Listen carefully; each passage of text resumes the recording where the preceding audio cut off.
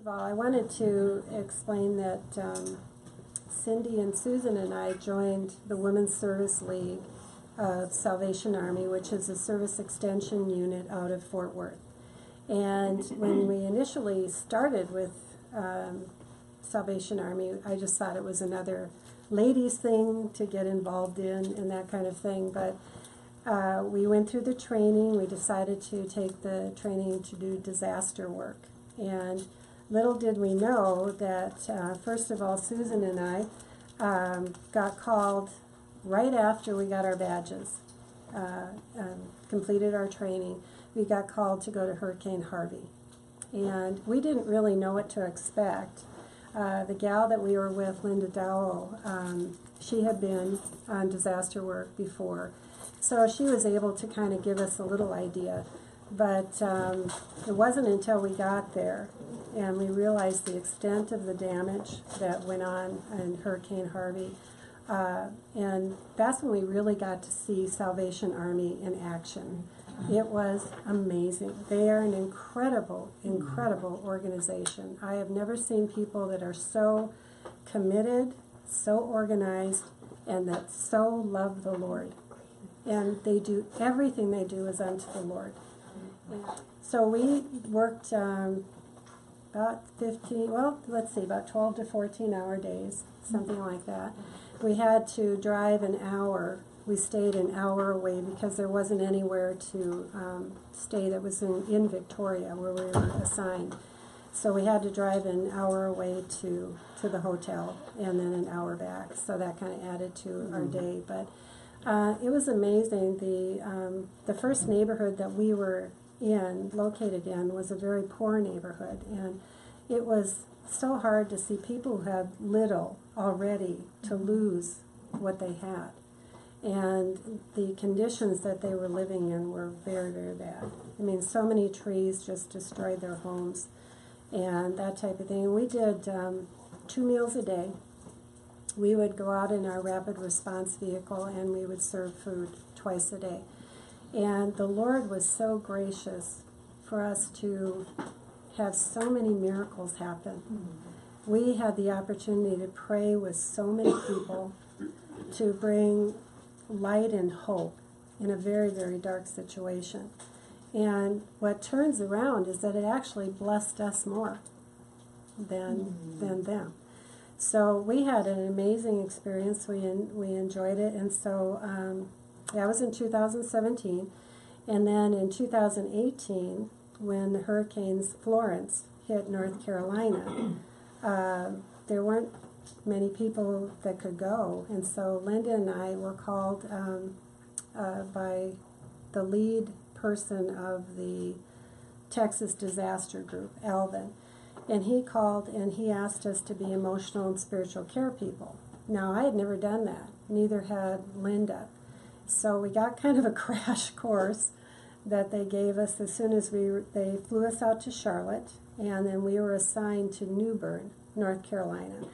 And the rest of the Texas team went to Wilmington, and we went to New Bern as emotional and spiritual care people. And so we were split up, and we actually we were assigned to a canteen, and we went to different areas.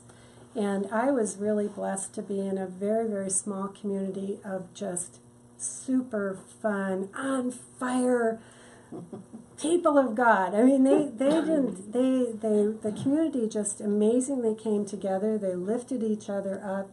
They were so excited that when they were there, we had whole families coming to help us to serve the community.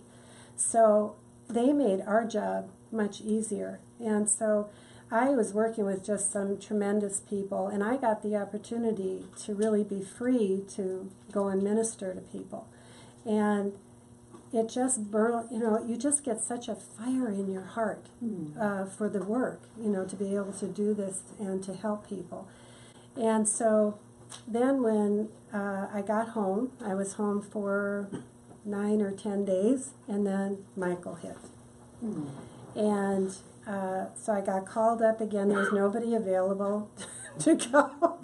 So Linda and her husband David, who had never been on a disaster before, but he wanted to go, and I, the three of us, drove our rapid response vehicle to Louisiana first, and we met up with, there was 15 or 16 canteens that came from across Texas, all different towns. Salvation Army canteens, the rapid response vehicles, the great big canteens, and we all met up in Louisiana, and then we had this whole cavalcade that just went from there to Florida, and we got to Pensacola, and Alvin he's our lead person, decided to drive down into the area where the hurricane hit the worst. And so he said he'd be gone for a few hours. Well, a 2-hour drive turned into 12. Wow. He was gone 12 hours because it was so difficult for him to get down there because there were so many power lines down, there was so much damage that it was like an obstacle course to get there. And just to make it down to see the extent of the damage down there, he came back and he was just ashen-faced. He said, I have never, and he's been in disaster work for a long time, ever seen such destruction. Wow. So when we went down, so what we did is they had us all go to Sam's Club, and a lot of the canteens already had supplies. But our rapid response vehicle, we didn't. And so we went to Sam's Club, and boy, we loaded up on everything. I mean, as much as we could cram into those canteens, we crammed in there because we knew that we were going to be the first ones in. And what a lot of people don't realize is that Salvation Army is always the first ones in. When it came to 9/11, after the first tower hit, Salvation Army was there 30 minutes later, serving water, coffee, being there for the first responders. That's what they do. Their motto is doing the most good, and they really do and get out there and do that. So we knew that we were going to be the first ones in. And they had already made arrangements with a company that prepares food. It's like a barbecue type company, and they had made a contract with them, and so they set up a base of operations, and we all went down there, and they set up this base of operations, and then you watch them kick in. And watching it come together and just being part of it, even though it is very stressful because everybody's just kind of got to go with the flow. And so we got to go into the town. We drove in, and it took us probably a normal 5-minute drive to go across the bridge from our base of operations. Across the bridge, it took us 45, almost 50 minutes to go a 5-minute drive to get in there. And so our job, because we were in a rapid response vehicle, which is smaller than the canteens are really big. And so our job was to go into the neighborhoods and to let people know that we were there. And so we set up a canteen. One of the big canteens was on one of the major roads. And so so Linda and David and I just started driving through the neighborhoods, and it was so hard to get around. And we got about 3 blocks in, and there were so many trees down, and people, just think of a whole neighborhood. Think of your neighborhood that has trees, that literally everything was smashed. I mean, it was every house, everything was damaged. There wasn't anything that wasn't hurt. I mean, nothing in this town. And we were at a railroad crossing, and you couldn't. All the lights were smashed, and all of the power lines were down. And we drove up, and we saw this family, and it was so hot. Oh my gosh, it was hot. And these people are sitting outside their house. Of course, they don't have any power, they don't have water, they don't have anything. And we pulled up, and this lady was sitting in a lawn chair with her family, and she comes running up to us. And she just ran into my arms. And she said, "You're the first people that have come in 3 days since we've been here, and we don't dare leave our house. because of the looters. There was so much looting going on. So we were able to pray with her. We gave her food, and, what we had off the canteen, snacks and water and stuff. And we told her that there was food being served about 3 blocks away in the big canteen, and to take turns, going down there and getting food. So we kept moving into the neighborhood, and we found a lady who was an elderly lady that was diabetic, and so we were able to give her some ice to keep her insulin. And watching the neighbors, though, how they took care of each other. And they had us work at a school. I don't know if people saw one of the little middle schools that was totally destroyed. I mean, it was like, it's hard to tell people, it's hard to even see from the pictures unless you see it and experience it. I had been in 2 other hurricanes, but I had never seen destruction like this. It looked like bombs went off everywhere, literally. I mean, businesses and homes were blasted, and huge trees were down and stuff. And this one middle school there was only, the gymnasium was the only thing that was left standing. Otherwise, everything was destroyed, all of the outbuildings, everything.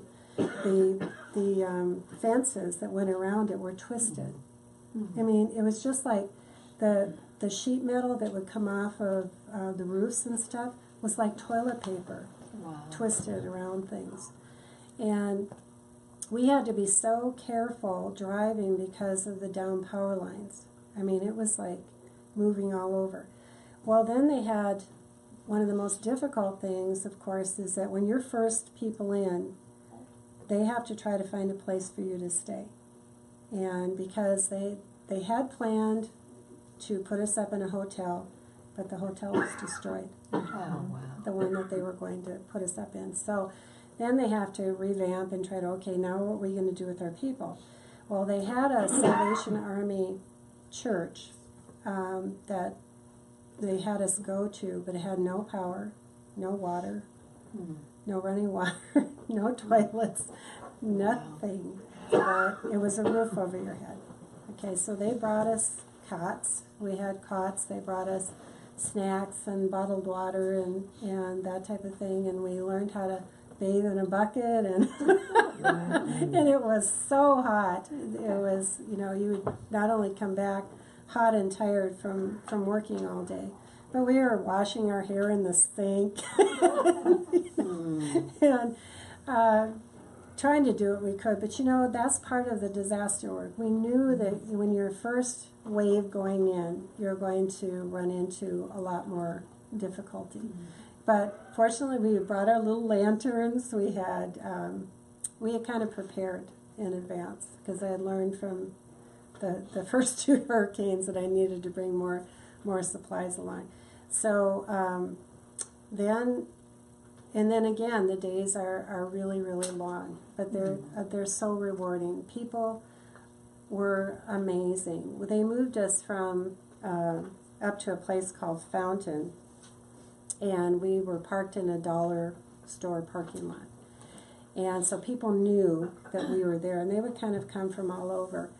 And so there was a man that came up to the truck, and I said, "How can I get you something to eat?" "Oh, no, I'm fine.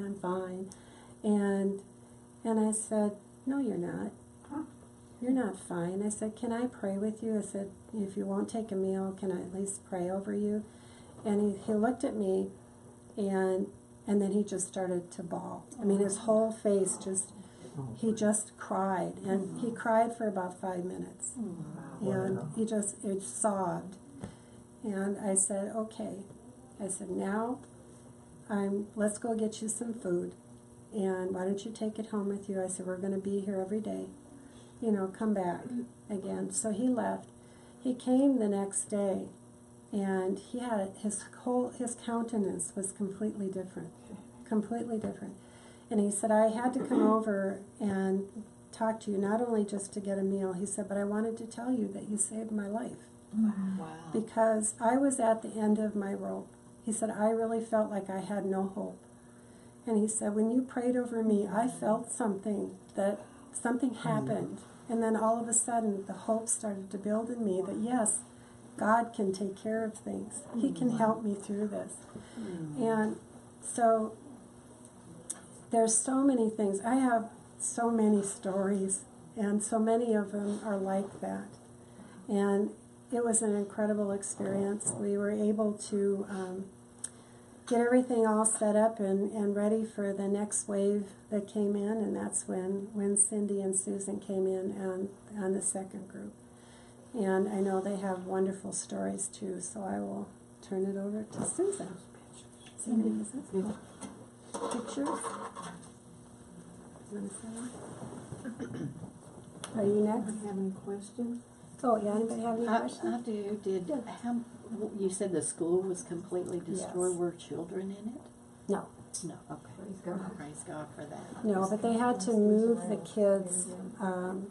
Many of them, what I found interesting is that because of, they knew that there was so much damage and they could only move so many children, many of them, they just forego the whole year. They just gave them credit for the year. Oh, wow. Wow. They didn't get to go to school. Yeah, they didn't get to go Were to school. their lives lost, or how many lives were lost? Well, at Mexico Beach, this wasn't on the news, and a lot of people don't realize what happened. Mexico Beach was flattened.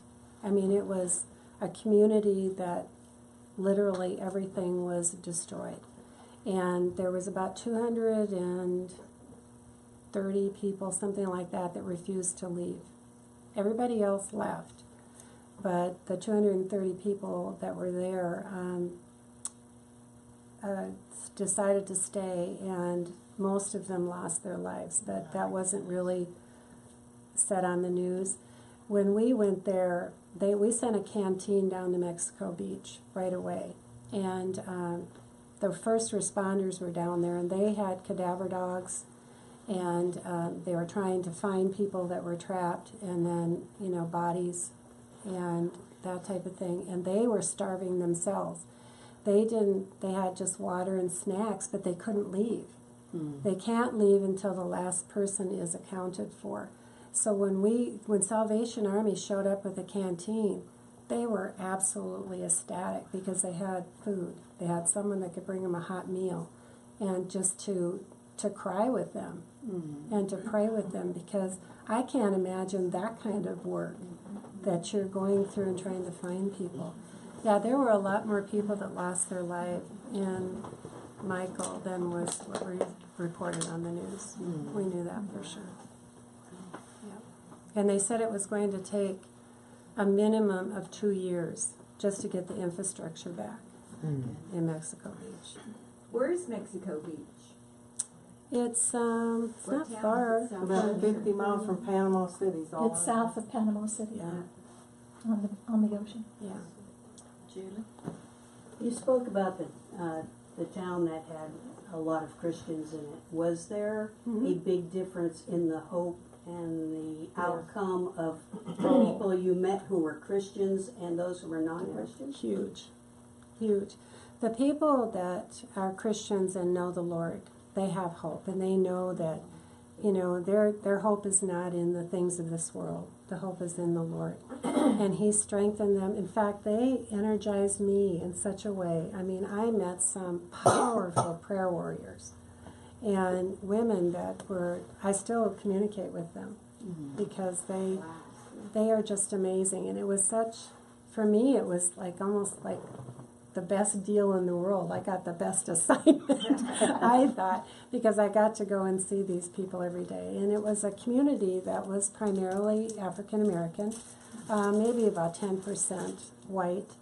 But again, we had a guy who came up to me that said, he said, I was here a couple of days ago and I got food. And he said, when I saw it said Salvation Army, and I saw that you had a cross on, I knew you were a Christian and that you could pray for me. And he said, when you prayed for me, and you prayed specifically for me and for my wife, he said, I went home and I haven't been able to stop thinking about it. I had to come back and tell you, thank you. And, so it's just Yeah, it is a big difference when you're in a community of people that know the Lord. Praise God.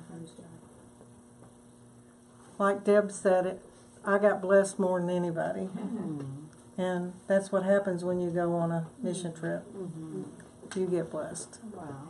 So she said she was on the best crew, but I have to say we were because seriously, they went in first. They had to set it up. They had to most of the danger was under control by the time we got there, and we got to where we were going a lot faster. So we got to reach more people and pray with more people. So, but if they hadn't went and set it up, they had to pave the way. So she had a lot harder than she's saying she had it. But anyway, the first thing I wanted to say about the Salvation Army is they are the first ones there, like she said, and they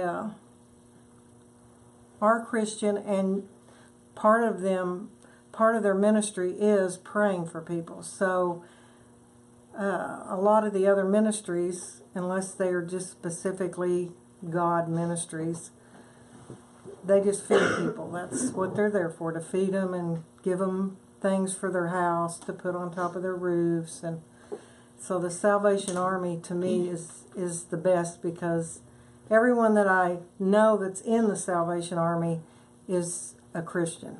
They're in church and they're living for the Lord. So it makes the trip a lot more pleasant when you're dealing with like-minded people. And that even though I just got thrown into it at the last minute and didn't even wasn't prepared, God worked it out, and I'll share that. But the first thing I wanted to talk about was some of the people that I actually got to minister with. So I want to share a few stories with you.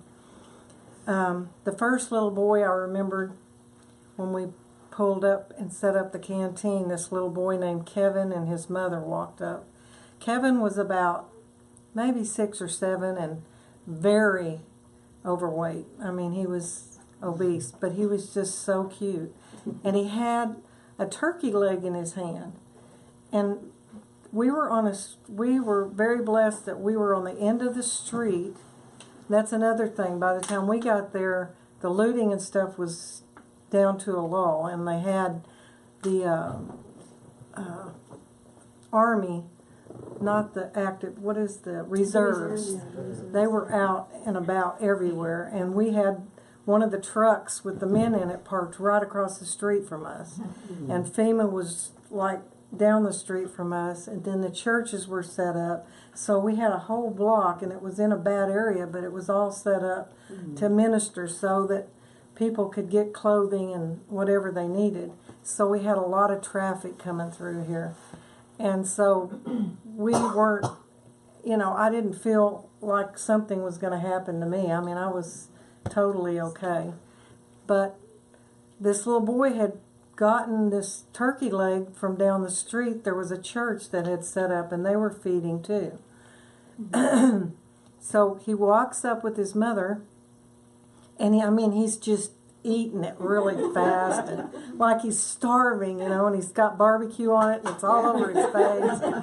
I just had to laugh, and the mother was just kind of looking down. She wasn't really, she was struggling. She was trying to keep it together for the family.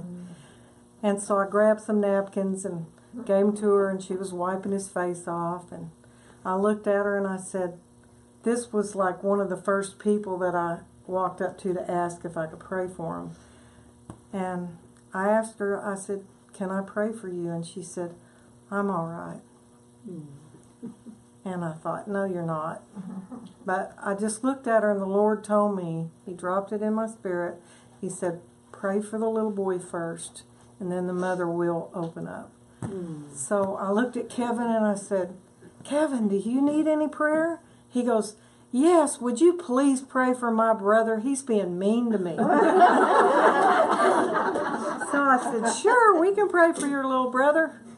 So, I led him in a prayer, and we prayed that his brother would settle down. And when we got through praying, this little boy looked up at me and he goes, "Do you need a hug?" I said, "I sure do. Do you need one?" He goes, "Yes." And I said, "Okay." And he just grabbed me and hugged me as hard as he could. And that was just such a blessing to me. And I told him, I said, "I want you to go home and hug your little brothers. I want you to hug everybody you see, because it makes you happy when you hug people. It releases endorphins," but I don't know if he understood that part of it. Anyway, I said, "We have food. You can get something to eat." Well, after they got their plates, I looked at his mother and I said, "Can I pray for you now?" She said, "Yeah." So through that, I found out that she had 4 children at home. She was a single mother. They were living in an apartment down at the end of that street, and that apartment was being condemned. So she was just beside herself and trying to hold it together for the kids. Now, one thing I noticed when we were there, I don't know if you noticed that, Susan, but everybody I talked to was in the tornado. I meant the hurricane itself. Wow. They were there when it hit. And I noticed that most of the people, she probably saw a lot of people in shock when she went, because she was first. And there's stages, I learned later. But most of the people were coming out of the shock, but they were still traumatized because everything around them was out of order. Even the animals, I noticed, the fish were, of course, there was dead fish coming up on the shore. We were watching these squirrels just going up and down this broken tree, and they didn't know where their nest was. They were lost. I mean, dogs were walking around. They didn't know where they were probably blown clear across town or whatever. It was just the whole ecosystem I noticed, and the bees were really bad. Yeah, they lost their nest. Well, they'd lost all their nests. Their hives were gone. They were confused, and I did learn real quick from this sweet little girl that came up that if we didn't, go nuts and do this, that they wouldn't bite. Some people got bit, but I just started doing this and shooing them back, and they never bothered me after that. But anyway, so I'm getting off track here. Rabbit trail. Getting back. But the whole system was out of whack. So anyway, this lady's family was, they were out of a place to live, basically, and they were supposed to come in and condemn him. And I said, "You need to stay there until the owner of that building comes up and finds you a place to live," because she'd already paid her rent. I said, "They have to find you a place to live. They can't just tell you to leave." So she got her food for her family, and when they left, they had a smile on their face. So they had hope in their heart, and that's what I wanted to leave with them. So that was one of the people that I remember praying for, that little boy, because he was so special. Then there was another lady that came from the apartments, and she was just, at first I thought she was on drugs, because she was just all over the place. I mean, she was in shock's what it was. And her husband had gone to work, and somehow he got word to her that he'd gotten bit by something, or maybe he got bitten at the house. I couldn't hardly understand her, but he'd gotten bit by something, and it had gotten worse, and they were taking him to the hospital. And she was just beside herself, because she didn't know which hospital he was in, where he was, and she was determined she was going to go find him. She was trying to hitchhike. And thank God no one had picked her up yet.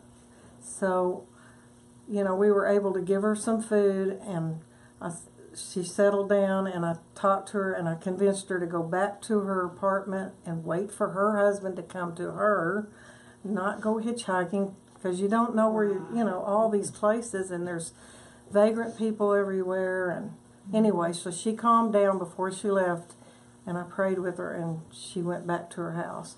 And it's just some of the things that these people were dealing with. It's just, they didn't have, like she said, water to drink. They didn't. At that point, they had food and water coming in, when we got there, but they had a lot to deal with emotionally.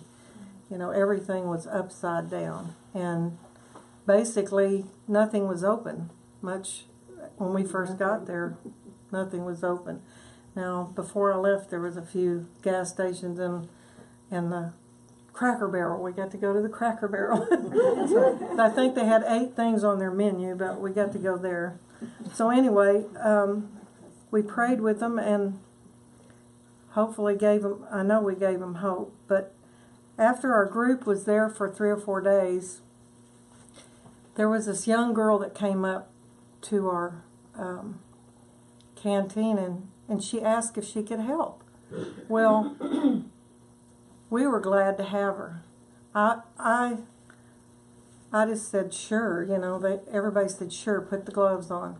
Well, we found out that she was part of a group of kids, of teenagers from another neighboring town, and their school was closed down because they got hit too. Mm-hmm. So they came as a group, church group, to minister to people. And they had been on that street ministering, and they were staying in the floor of the church down the street. So we got to minister and be with her for 3 days. Her name was Faith, and I called her an angel. But because she came and helped feed, we had probably 550, 600 people to feed that day, every day, and it was growing by the day. She stayed with us 3 days, and I was able to not only feed, but I could go and minister to people. So God gave me the freedom to get out and pray for people while I was there, even though that wasn't my main job. He knew that was my heart. So after 3 days, they brought in a great big truck that would feed about 1,500 people, because we couldn't feed that many, to take over. And they sent us to Fountain, the same place that Deb and Linda had gone. And I found out later that we spoke to the same man. And I wanted to share about a couple of people that I got to pray with there. And one of them was the man that Linda had already spoken to. And she led him to the Lord. And this man that she ended up leading to the Lord came up for food, and he was telling us about his situation. And at this point, he'd already been led to the Lord, and he was excited, and he was sharing his story with everyone. But he said, let me share my story. And I said, that's what we're here for, to listen and pray. So he said that he was in his house, and he was standing in the living room, and this man was not a Christian at this time. He was standing in his living room, and something told him to move. That's how he put it. Something told me to move. I said, oh, I know who that was. But he goes, okay. So I moved into the dining room, and as soon as I moved over into the dining room, a tree fell into my living room right where I was standing. Oh, wow. And that helped bring him to the Lord. And then Linda was able to minister to that same gentleman. And he was sharing that story with everyone that would listen. So that was a praise report in itself. But we went out to Fountain, and she was asking if there was a difference between the people in the city and the people in the country. They were a community. Whether they were churched or whether they weren't churched, they were a community because it was small and close-knit like a church. And you could see they had more hope, and they were all helping each other, which made our job easier, you know, because they were reaching out to each other. And when we finished there, the community took over. And in town, it was like every man for himself. You know, it was just a different atmosphere altogether. Most of those people were just, you know, they didn't have a group of people to help them. They were just one person, and they were all trying to help themselves. Whereas this group was like being in a church. They were all out to help each other. So we parked in that same parking lot at the dollar store. And we met right away the lady that was managing the store. Her name was Jennifer, and everybody called her Jen. So I told the gentleman that I was working with, I said, I really feel like I need to pray for her. And he said, well, go ahead. So she came outside to smoke a cigarette, and I waited for her to finish, and then I went up to her and I said, do you mind if I pray with you? And she said, oh no, please do. And then she shared with me that she had just been to the doctor and that they gave her a bad report, and they said she had nodules in her lung and that her spleen had a dark spot on it, and that she had to go back that Friday. And, you know, I knew, I was like, you shouldn't be smoking, but when you're in that, if you've ever smoked, and I have, that's not the time to say anything about the cigarettes. That's, you know, it's the worst time. So I just said, you know, I started praying with her, and I just felt like God said, she's going to be okay. And I was like, oh my gosh, do I dare say this to this woman, you know? But I felt it really strong in my spirit. I said, Jennifer, I said, you know you need to quit smoking. She goes, I know. I said, I know this is a hard time. I said, but I really felt like God was telling me that you're going to be okay. It's going to be okay. And she was a Christian. So she just said, I receive it. And she walked away. And the week went on, and I mean, we prayed and we felt.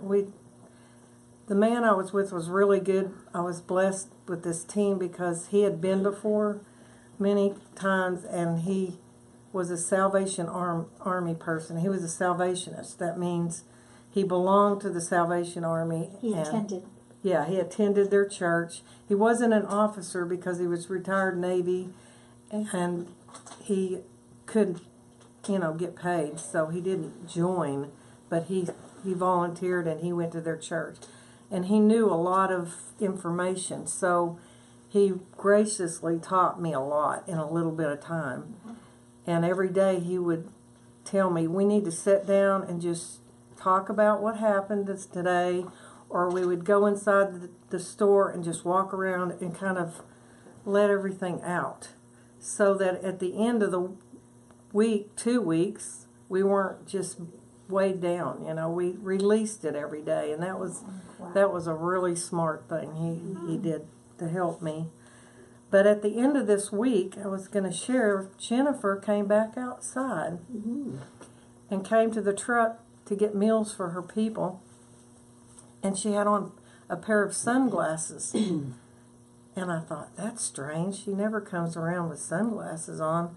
And I could tell by her face, her mouth was quivering, and I thought, oh no, a bad report. No, I don't receive that. God told me she was going to be okay. So she walks up and she said, I know why she had the glasses on. She's like me. She doesn't like to cry in front of people. She said, I just came out to tell you I just got back from the doctor's office. The nodules are gone. They don't know what happened, but they're not there anymore, and nothing's on my spleen. And I said, God took care of you. I said, now you need to quit smoking. She goes, I know. But that was the best praise report I had while I was there. And it was just a lot of people like that. I can't name everybody that was there. We'd be here all day, but that's what I got from that, and it blessed me more than it blessed them, you know, or as much as it blessed them, I got blessed. So I just felt like God really helped me out because, you know, I went. Now, I wasn't sure about going at first, and I wanted to go, my heart wanted to go, but my mind was telling me, you know, it's going to be a hardship. It's 2 weeks. You know, who's going to cook meals for your family? Who's going to do this? And how are you going to do that? And all the things that go through your mind. And I have to admit, you know, I had to go through that, and then I stopped and I said, no, I'm just going to pray. I'm going to release this. If it's my time to go, God's going to open the door. Well, he did immediately. As soon as Deb and them called and said, we need you to go, we don't have people. I hadn't even taken all of my classes. I'd only taken 1 or 2 classes. I still had classes to take. They said, don't worry. They set me up with this lady named Carol. The next day, this was on a Friday, Saturday, they set me up with Carol. I went over and took the tests at her house because my computer's not online. And she ended up being the driver for the truck, for our truck in Granbury. And so I went over there and took the test. In the meantime, I said, well, I've got to petition James. I've got to ask his permission because he's my head. So this will be it. You know, if I'm supposed to go, he'll let me go, and if I'm not, I won't. So I went in and I told him what was going on. And I had told him a few days before that when I talked to Deb that they may need some more people to go, and they didn't have a lot of people and they needed me. And at first he was hesitant, and he goes, well, I don't know if I want you to go. And I said, why? And he goes, the looting. You know, I told him what happened to her, and there's looters, there's, you know, and he goes, 3 women on a truck by themselves. He was just concerned, and was in the police department for 26 years as a detective, so he's seen a lot, and it makes him think that way anyway. So he had concerns about me going and being with 3 women in a truck out in the middle of God knows where. So I said, well, just pray about it, and we'll get back together tomorrow, the next day, and you can, and we'll, you know, talk some more, and you can tell me yes or no. Because he knew he'd better go to God if God was asking me to go. So in the meantime, I just thought, well, I need to get everything done that I can. So I just started preparing and getting my house in order and paying my bills. And then the next day I said, I'm going to go ahead and take this test. I'm going to need it later if I don't need it now. So I went over there, and she was really sweet and helped me to take the test and get through that. Before I even left her house, she had sent the test to the main office in Dallas to the man, his name was Clay, at the Salvation Army. He called back before I left her house and said, okay, we've got her badge made, she's passed her test, and her clearance came through. And I was like, okay, it sounds like I'm supposed to go. But I still hadn't got permission from my husband. So I went back that night and I prayed about it. And the next morning, I got up and I talked to James before I left for church. And I said, well, what do you think? I didn't even say anything else about what was going on. And he said, I know he heard from the Lord, and he said, you just go, and when you get back, we'll see. Because I told him, I said, if I can just go this one time, because it was 2 weeks, you know, if I can just go this one time, the next time I will just take jobs locally, because they do have stuff locally you can do too. But I want to do this if you'll let me. And he goes, no, I just want you to go. When you get back, we'll see. So I'm glad he said that, because I would have made a promise that I didn't want to keep by the time I got back. Because by the time I got back, I was so blessed and so full that I didn't want to not go again. I wanted to go again. So I'm glad that he left that open, and that was God. So I went to church Sunday morning. I got halfway through church, and I got the phone call from Deb and Linda. Well, you're going. You leave tomorrow morning with Susan and Carol. And I went, okay. So that's how fast it happened. Wow. And by the time we got there the next day, we got off the plane. They drove us to the site. We got out of the truck, or out of the car, and they were having a group meeting all of a sudden when we got there and got out. Well, Deb and them were still there, and we were like, all right, they're still here. We can ask all these questions. Well, my concerns were different than James's concerns. I knew that we'd be okay and we'd be safe. But I was concerned about the weather because we both get overheated, Susan and I, real easy. And she said it was very hot and humid the week she went. Well, she called that day and she said, guess what? The weather's changing. It's going to drop to the 70s and it's going to be cool. Praise God. He took care of my needs. I just put them out there. I said, God, I'm concerned about the weather. I'm concerned about sleeping on a cot for 2 weeks.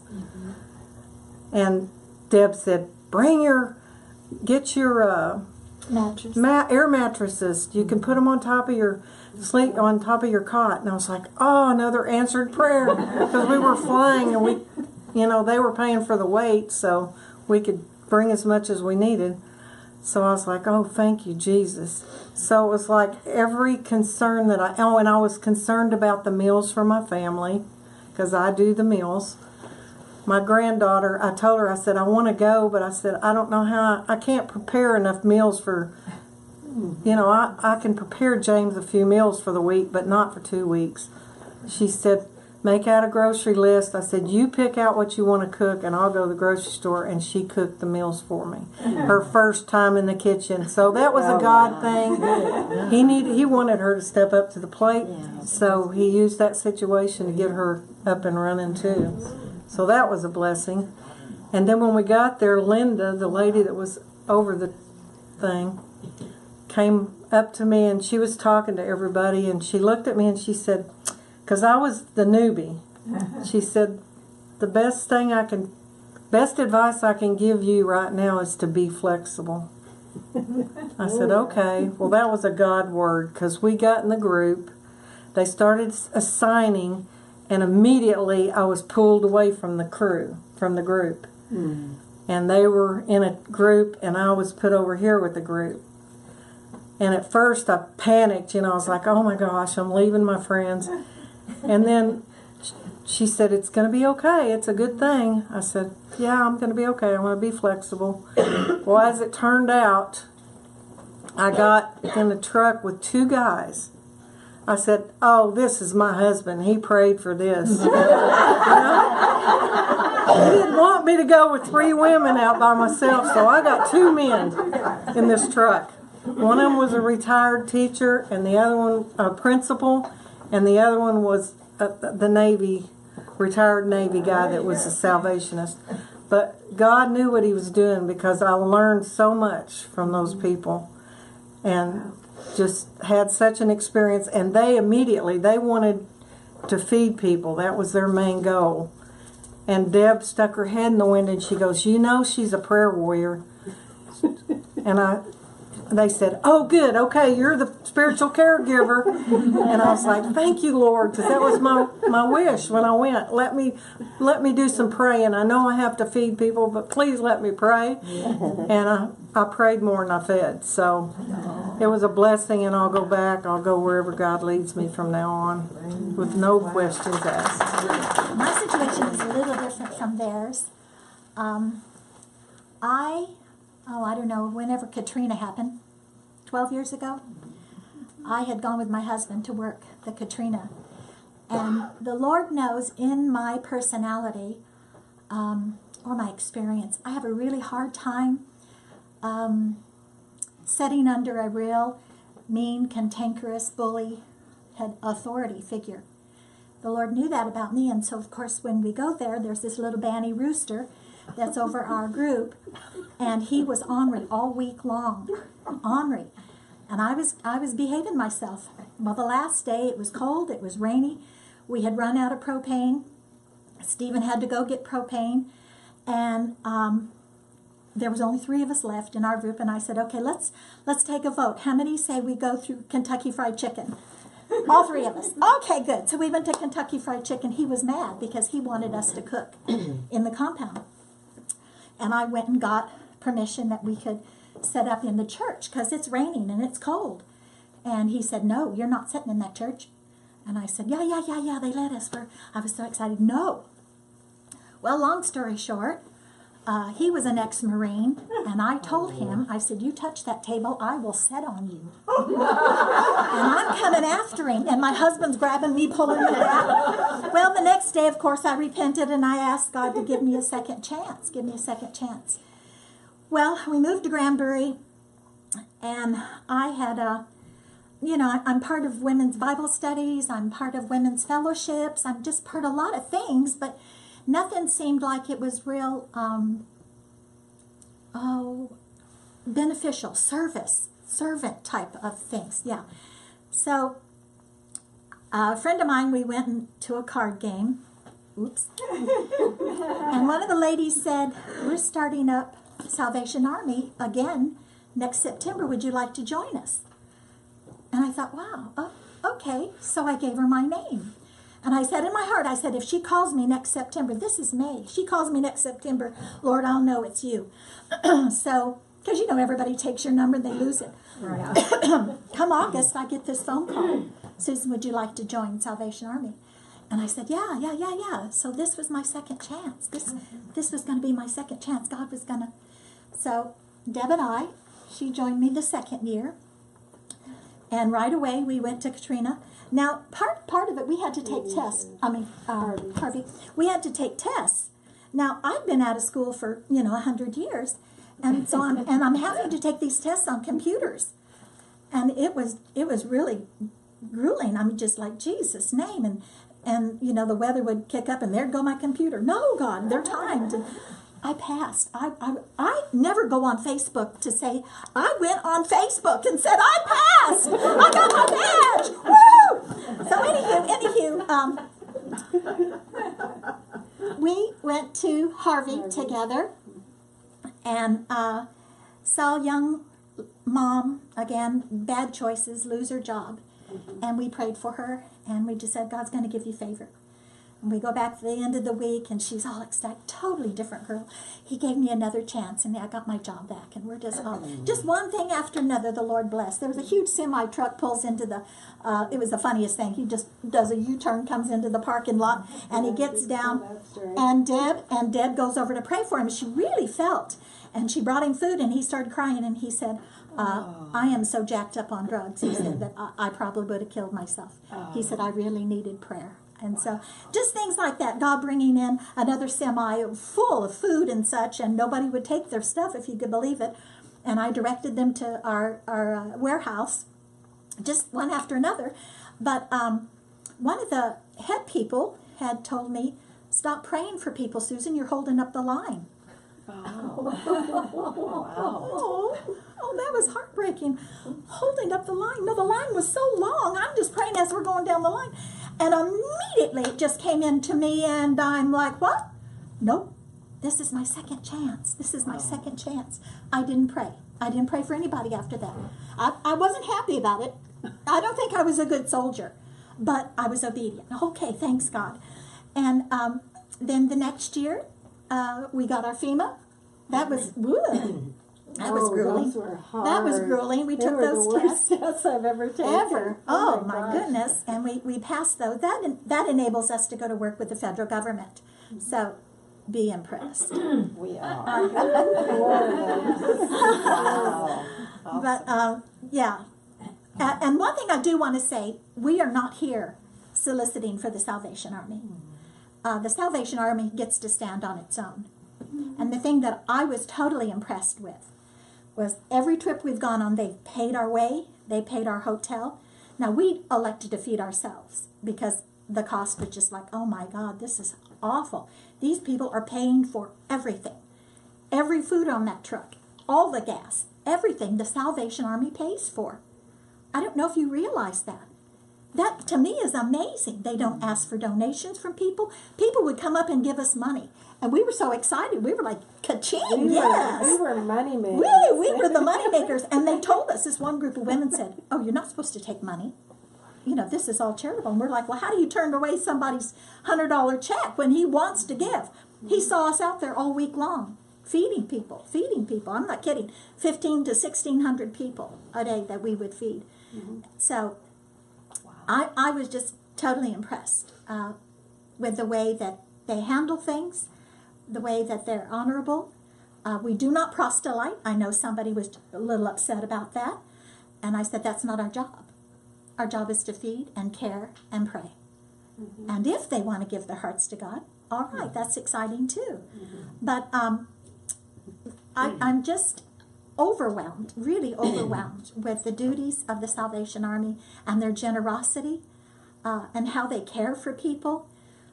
When Cindy and I went to Michael, they flew us in, picked us up, dropped us off. By this time, and again, when Deb was called up first, I got my feelings hurt. I'm like, what?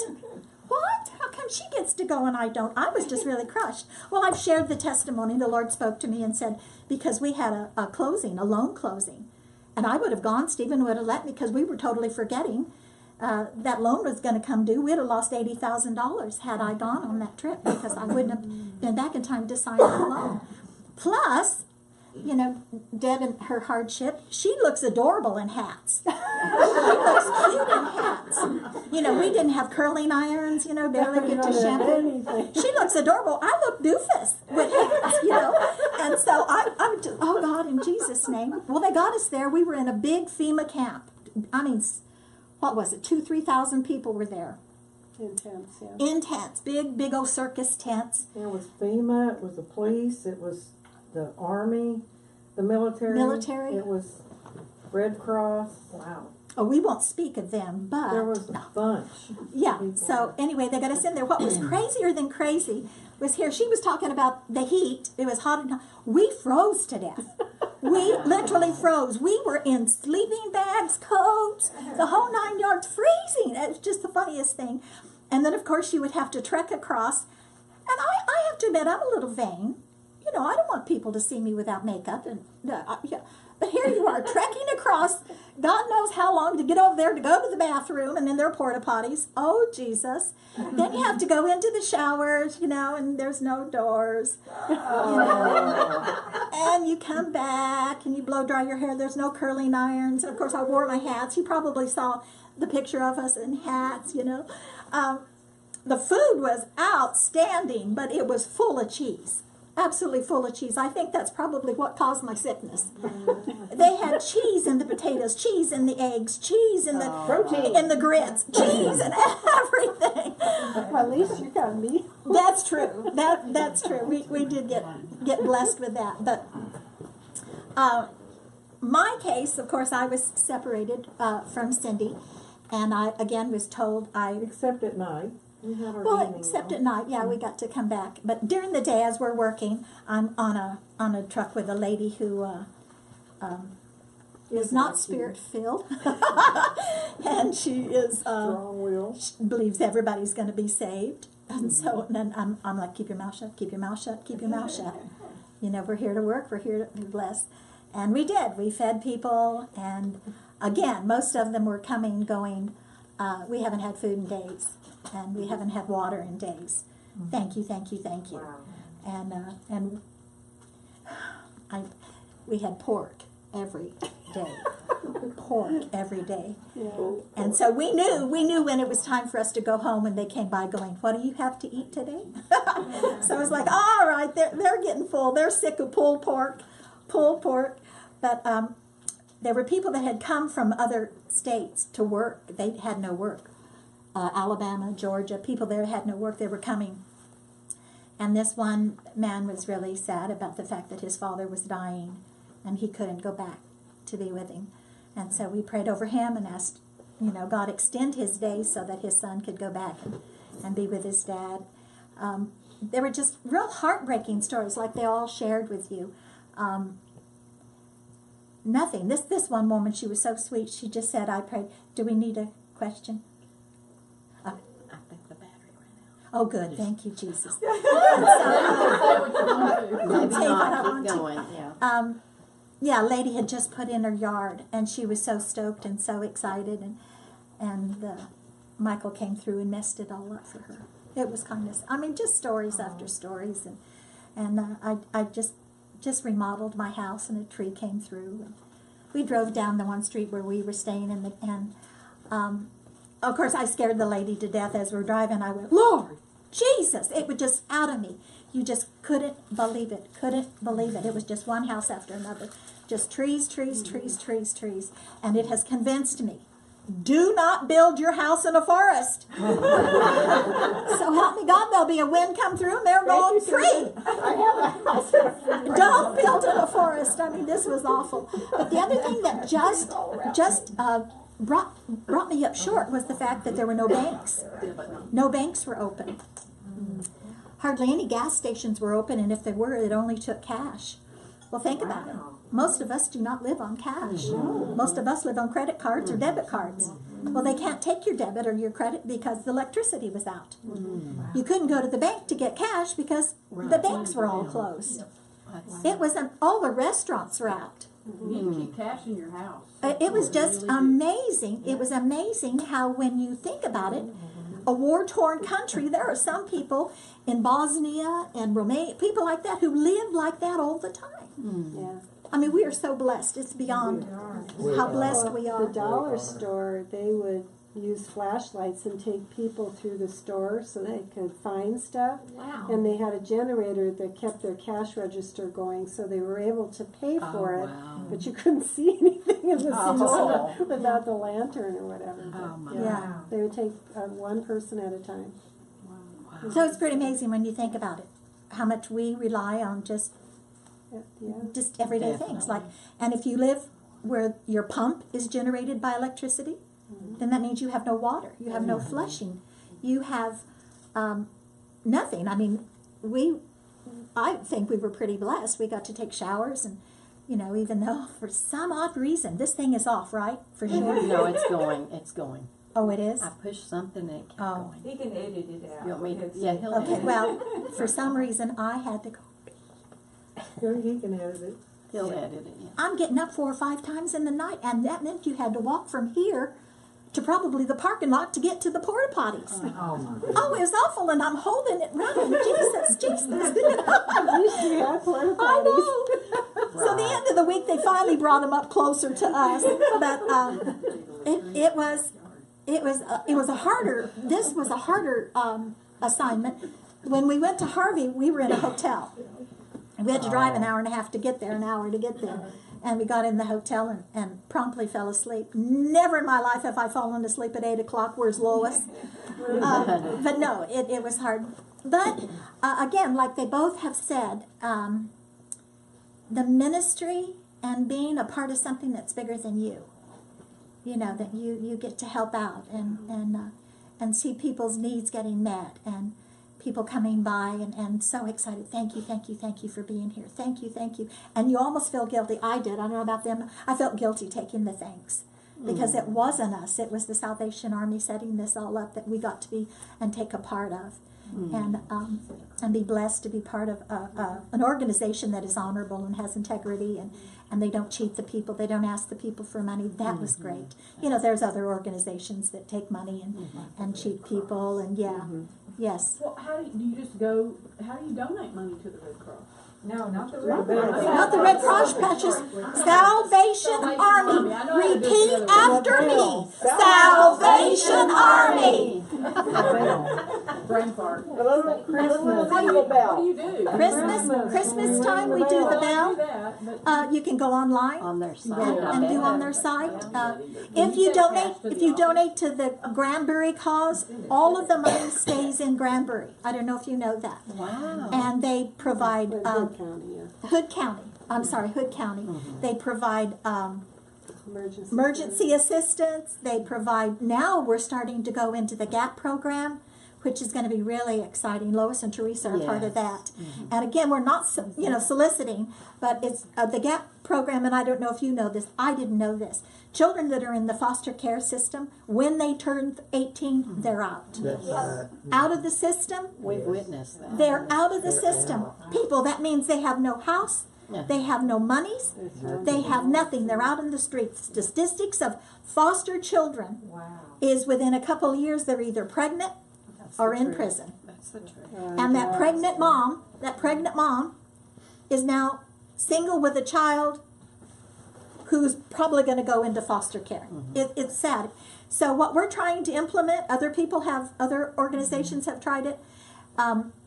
we're going to go alongside junior high foster kids and begin to mentor them and show them that there are state grants you can get to go to college, help them out with all the monies that you can made available to you. Some of these kids don't even know what's available to them because, I don't know, foster care isn't necessarily your mom and dad, so they don't necessarily watch out for your future. They're just watching out for your now.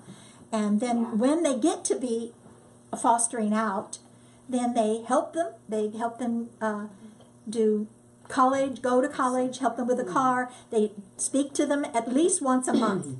Encourage them. You can do it. You can do it. The stories are awesome. How many of these kids go ahead and graduate and make something of their lives as opposed to not? Yes, I'm sorry, you're raising your hand. Like you were talking about foster care, I was in foster care, and as soon as I turned, I think I was almost 18. After my 11th grade, I got kicked out. Oh, my. 3 months before I turned 18. Well, they were able to, the Women's Service League here, the ladies there, went to the Dallas office for Salvation Army, and they got them to come on board with this and to start this GAP program, and it's going to be phenomenal. It really is going to help a lot of kids. It'll be a real blessing. Like I said, there have been other ministries. There's a church in Benbrook that has started it, and it's pretty amazing. There's a huge church in Dallas that advocates adoption for foster children, and that has been a real blessing. A real blessing. Rather true. Yes, Julie. I'm sorry. How do you think disaster response would change if there were no Christians, no Christian organizations? Well, I can tell you right now, when we were out there and we heard stories from another organization that is not Christ-based, and they would throw the food away. They would not allow, there's no ministering whatsoever, none. There is no, since it's not faith-based, they don't allow for any kind of ministering of hope or anything like that. Well, that makes the difference. You had talked with some people from that organization, and they were complaining about the conditions that they were in and this kind of thing, and they were getting paid by the organization to be there. And Cindy said to them, "You're paid?" She said, "We volunteer." Yeah. And you do.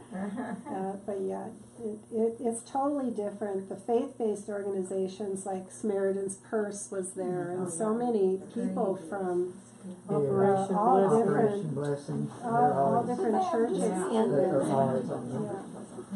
But there's a distinct difference between the ones that are faith-based and those that aren't. A big difference. If the faith-based organizations weren't there, people would be in a lot more hurt. A lot. So what are the steps someone would take if they wanted to volunteer for Salvation Army? Well, there's no steps to volunteer. You just, in our situation here, we are the first one and only in the whole organization of the first Salvation. one. Now there's two of us. Well, now there's two, but they don't count just yet. they're newbies. We are the first one and one and only, and it's simply because there is no core. Because there's no core here, which is a church. There's no core here. It's not big enough to have a core, and we're 35 miles from Fort Worth, who has a core. That's why they allowed us to set up this Women's Service League. And these women started out 9 women 9 years ago, 11 years. and they now are up to 169 No, women. 169. We have over about $170,000 in the bank. Our rapid response vehicle is paid for. So if you want to be a part of it, you come the second Tuesday of the month, every month, to De Cordova, September through May.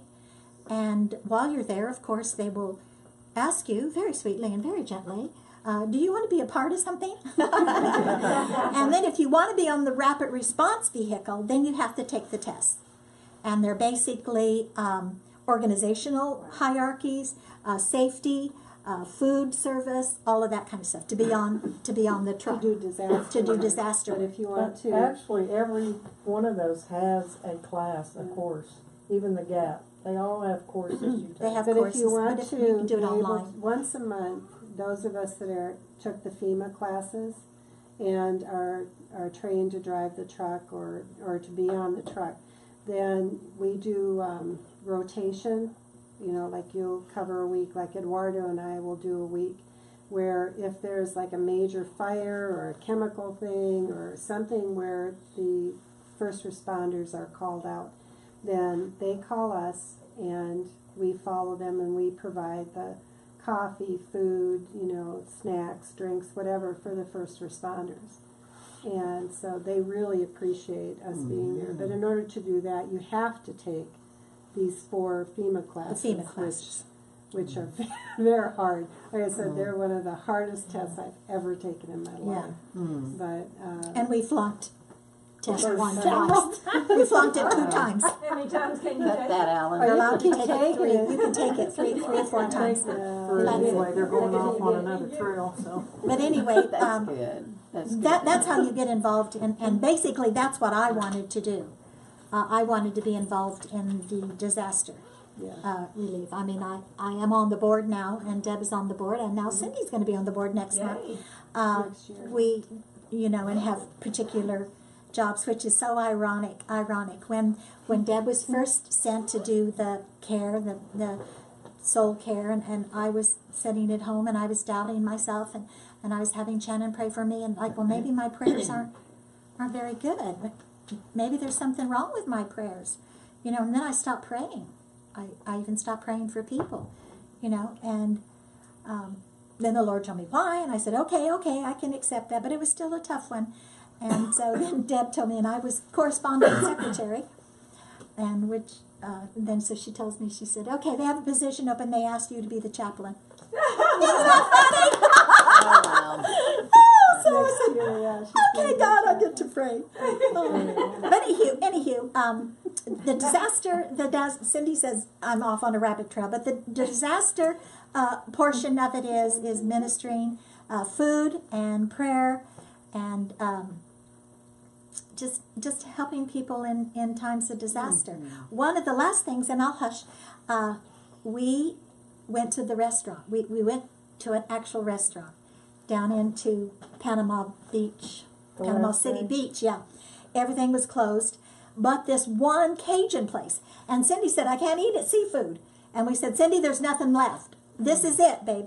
So we go in there, and we're in our little red shirts. It is not complimentary on her because she's so tall and skinny, but it was just like a tent and our little hats and our ears because we dare not take our hat off. Our hair was awful. There was no curling iron, and then we had our. So everybody could tell we were Salvation Army, which I kind of felt bad. I thought we should at least dolled up a little more to represent the Salvation Army. We're in there, we're eating, and had this food to die for. If you ever go to Panama City Beach, it's a Cajun place. When it was all said and done, we were about ready to order dessert, and the waitress came over and said, a gentleman has paid for your food. Yeah, he said, when you walked in the door with your shirt saying Salvation Army, he said, I have to bless those women. Something to eat, bread pudding. It was mammoth. We had several people that did that for us. That's That would awesome. buy our lunch or buy our dinner. It would just kind of come out of nowhere, and they said, "You are here working for Praise us, God. so we That's want to awesome. bless you." And so That's it awesome. was really very nice. Well, the one thing that I thought was really sad, and I had a gentleman that came up to our canteen, and he said, because he lived in Mexico City Beach, he had a gorgeous home on the beach on stilts, and he said, what they're of course not telling the public is the sheriff had gone through that town, and he said, please evacuate, please evacuate. And there were people with these absolutely gorgeous houses going, no, we're not leaving these houses. We will not be looted. And he said, then do me a favor, write your social security number and your birth date on your arm. He said, so I know how to identify you. And they still would not leave. Wow. So if we saw signs, at first we didn't understand what it meant. It was 358. We're 358 strong. That was 358 people who died in Mexico that City point. Beach. at Mexico City Beach at that point. And they were coming in again, taking out dead people, but they were begged to evacuate. And it's a story about the little squirrel that has his fist in the jar Yes. and he can't take it out. Yeah. That was these people. They just would Material- not material leave. things. And the irony of it is they lost it all anyway, along with their lives. Well, one of the little gals that worked at the dollar store in Fountain, she and her, they didn't think that it was going to come that A lot of far. people said that. They And just stayed where 100 they were, years. and she said her boyfriend's not a Christian, and he was with her in the house, and she said it sounded like three freight trains around them. She said you could hear it. It was just going, and he's just going crazy. You know, we're gonna die. You know, like this. And she said, we're gonna be fine. She said, I prayed and I trust that God's gonna take care of us. She said all the trees around her house wiped out. Not one thing happened to her house. Not one thing. Wow. There was a That's lot of powerful stories like that. One man testimony. said the family prayed because there's a lot of trees and they didn't want them to come down on them. And they said the Lord protected them. He said, but I almost felt guilty because the tree that was right in front of my house fell over on the neighbor. Oh. And I said, well, You have no is the neighbor all right? Well, the neighbor wasn't there. And I said, okay. We had a lot of people. No one got killed that I prayed with. No one. Yeah. When we were I mean, at no one died in that storm. the school, and we had gone there to serve. We served 800 meals in like an hour and a half. Wow. And so they sent a different canteen that could serve up to 1,800 the next day. But what we found out from people, they were coming to get food for people that were literally trapped inside their house from trees. They couldn't get out. And people were down there, people that own chainsaws and stuff were trying to get them out. And they had been in there for, one family had been stuck in their house for 7 days. Oh, my word. And so, goodness. I mean, you think about that. What do? You can't get out. You're trapped. Yeah. You know, your neighbors would come call to you, you know, through the window to pass food to you. But My goodness. yeah, Well, that was the one thing, main thing that I used in prayer with those people was to give them hope. You know, are you okay? Yes. Is your family okay? Yes. Did anyone get hurt or perish? And no. Okay, Praise then God protected you. You can go forward, you know. But no one, there was a few people that had heart attacks after we heard of, but no one, I mean, as bad as it was, they got scrapes and bruises, but no one died in that thing. It was God. He just, And some of the prayers that we prayed, we have no clue what the No, ending it was. exactly. I mean, they're just maybe residuals going on and on and on. But when we left, there was Exactly. another crew coming, and they were going to go on into Panama, on into Mexico Beach. Mexico City. Because they had time to go through the rubble and people were coming back into their house. So when we left, there was one more crew coming. So after that, they said just keep praying for them because they go through the steps, the shock, the trauma, they're angry, Anger. and then the depression sets in. yeah. So my goal, and I'm sure their goal, was to pray for as many people as we could and give them hope. But what's interesting though about this too is that not only are you there for the people that have been impacted by the storm, but God had us placed with people in the Salvation Army that needed to be ministered to. That too. It was amazing how we got those opportunities, you know, that you were there, because many of the people, they're Christians, they're born again, but not many of them are spirit filled. Wow. And so it's interesting how God gives you a word of knowledge for them, and then you go and you talk to them and pray over them and stuff. But that was a real neat opportunity. We met so many wonderful, wonderful people from all over That's amazing. that are Salvation Army people that just, they're the salt of the earth. They're the best. God, I have a From question Canada? on where you shared that we would never know the stories of the people. Do they have anything on the Salvation Army site that people can go in and say, No, testimonies there's a or point stories? of privacy.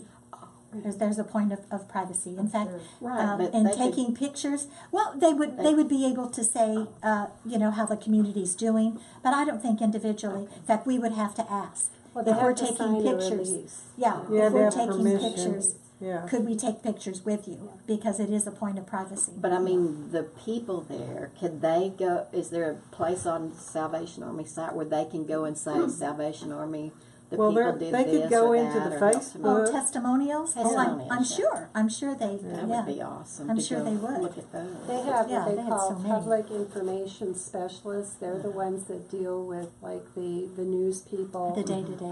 The day-to-day stuff. They make sure that if you are taking pictures that you get a release from the people that have agreed to take Yeah. a picture with you or whatever. So we just can't arbitrarily post anything or whatever, but that's why they have a public information specialist. That's good. Ours was a real firecracker. She was she was funny.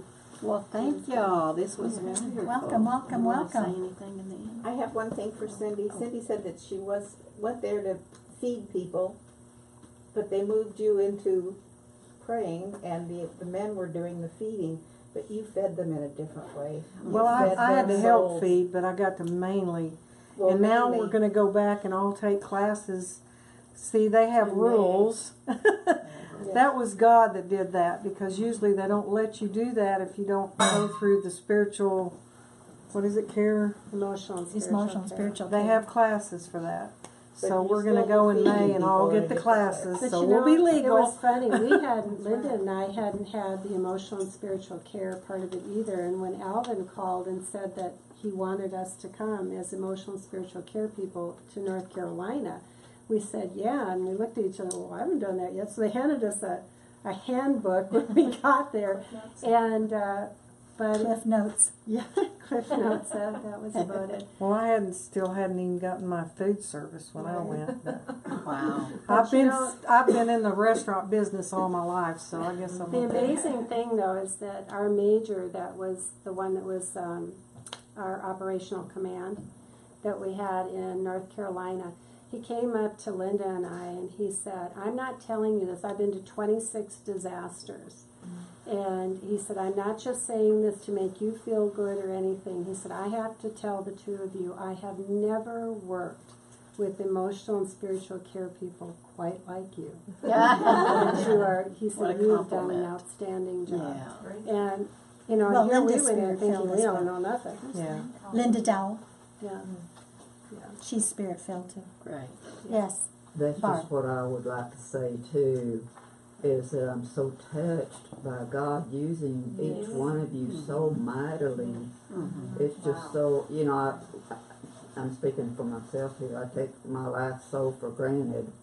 I've got my little house, I've got, things that mean something to me. Cannot imagine what it would be like to be in those places. You can't, and it happens in one day. It happened in one day. Suddenly. Just, yeah. And there I was sit no, back Hey, and really, meditate when when it I got came in. back, and I think about what I did, and on a normal day I couldn't do it. I mean, you get up early, you go eat, you get dressed, you go out, and you work all day, lift heavy things, and you come back, you eat, you go to bed. I mean, it's just. Wow.